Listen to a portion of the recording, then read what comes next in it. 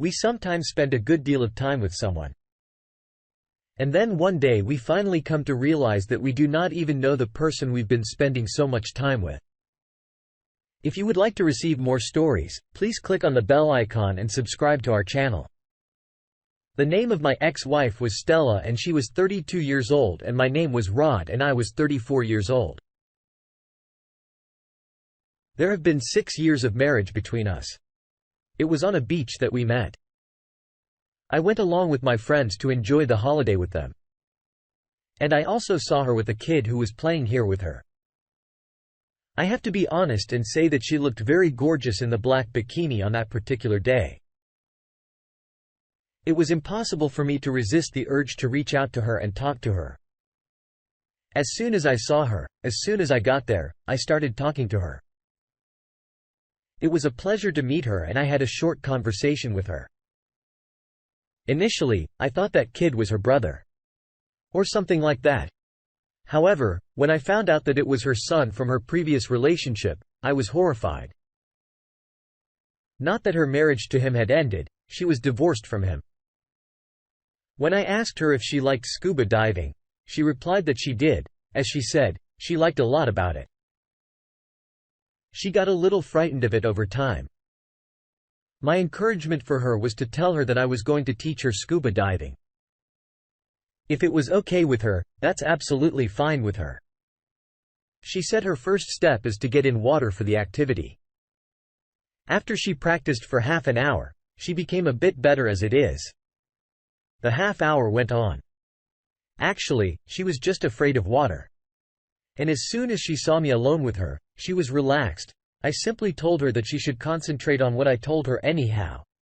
From this point on, I tried my best to be her friend, and I've been successful in doing so. In the aftermath of getting out of water afterwards, she thanked me for my help and we had some drinks together. It was a great experience with her. She told me that she was working as a consultant for a private firm and that she was earning quite a bit of money. That was a fishing business that I was running at the time.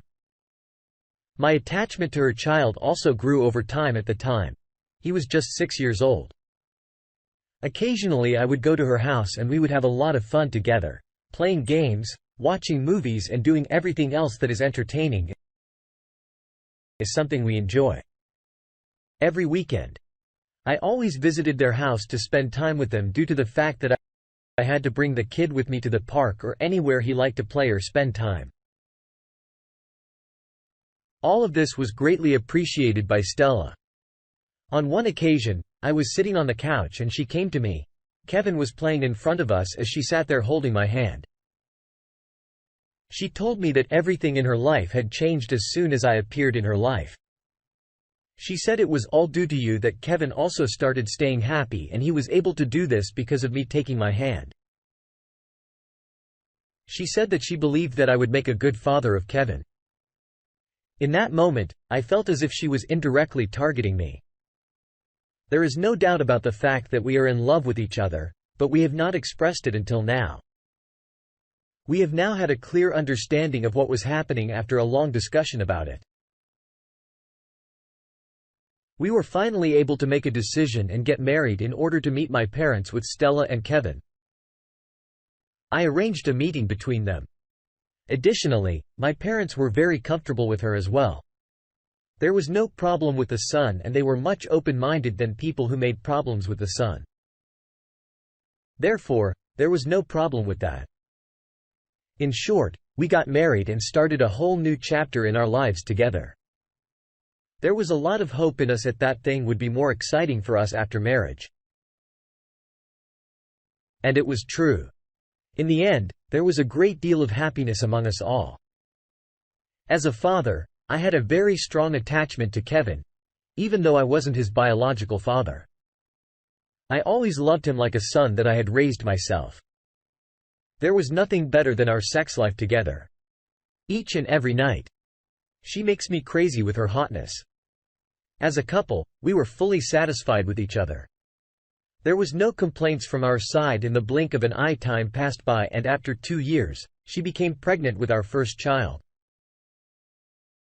There was no doubt that it was one of the best and most memorable experiences of my life.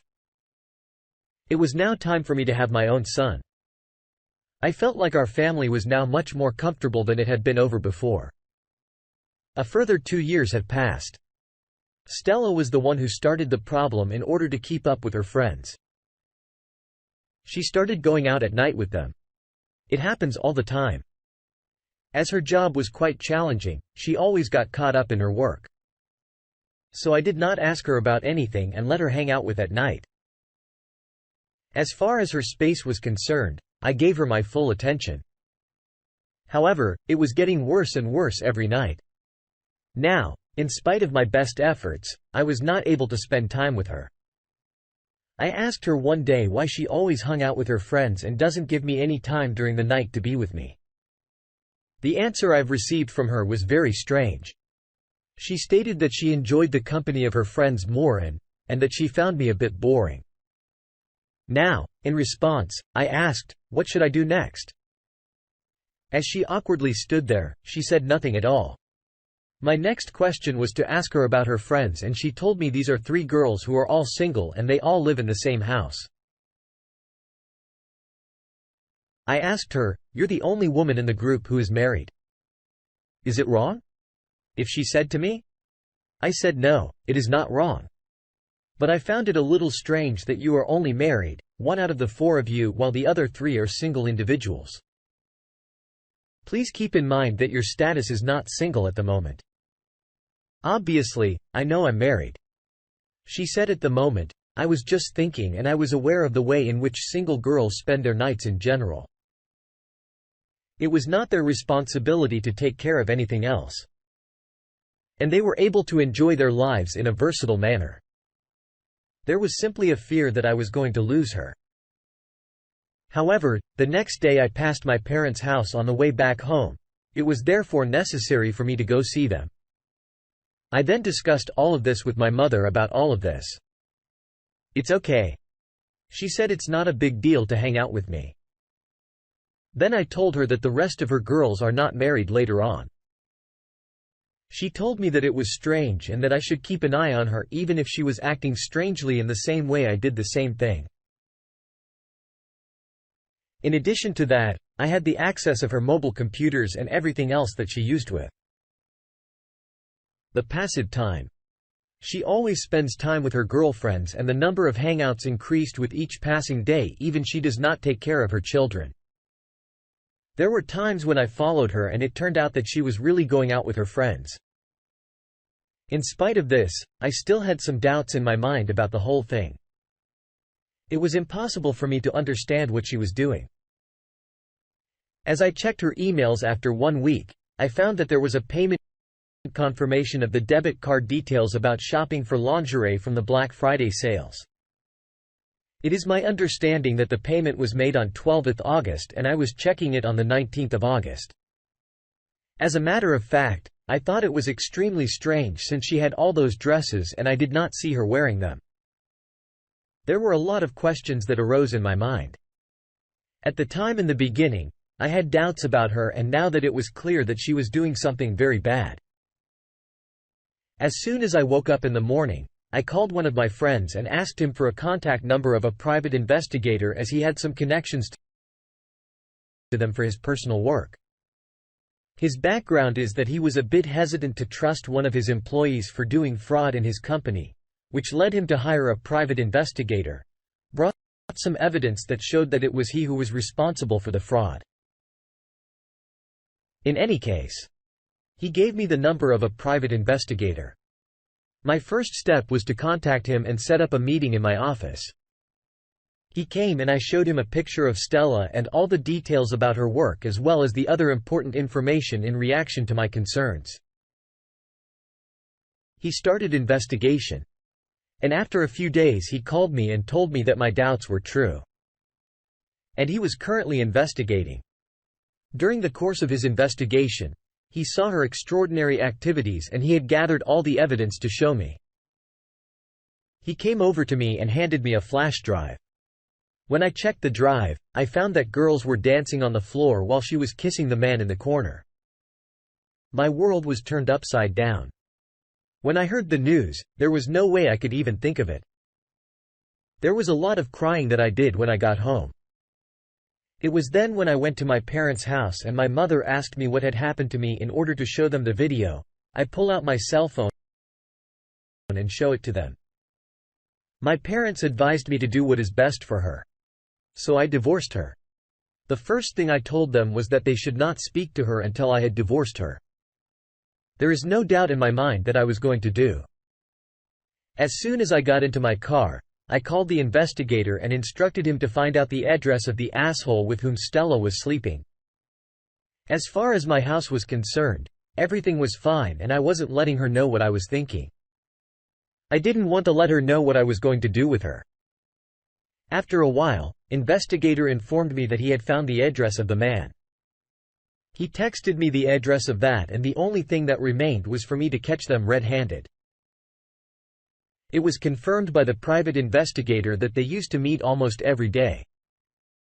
I could recall that it was a Saturday night that she came home in a hurry without having dinner. She went out with her friends. It took me 1 hour to follow her to the pub, and all her friends were also with her after driving for 1 hour. The reason I took a cab and mask was that I did not want to appear normally in front of her. If I could, she would be more cautious. The first thing I did was to go to the pub and watch her for 40 minutes. It is without a doubt that she was waiting for her fair partner to arrive. As soon as the fatty minutes had passed, he appeared. And after a short meeting, they left the bar and walked to their car. First of all, I assumed they would go somewhere else after watching them for about 10 minutes. The two of them were still in the car and I noticed them on the back seat of the car. They got a little wild. It was not my intention to go to them. As soon as I got in the car, I smashed it 3 times very badly and there were 3 seriously injured. It was my anger that made me do this. At the time, there was no choice left for me to make. No matter how you look at it. It was quite a big accident. After getting out of the car, I went over to the car, opened the door and saw that both of them were injured. In spite of this, they were in conscious state, the mask and cap were taken off and I was shown my face by Stella. There was no word she could say to express her feelings because he had not done any good with me. I grabbed her hair and told her that everything that had happened to her was due to her sin. In addition, I'll divorce her and take custody of the child as soon as possible. It didn't take long for the police to arrive and all the normal investigations were conducted. As soon as I was arrested, I told them everything I knew. And after 1 day I had my bail approved there after I divorced her into the custody of my child back from her. She apologized for what she had done on the day of the hearing, but it was too late for now for her to make amends for what she had done. As long as I have my child, I did not need anyone else in my life. After all this, I still had pain because of her.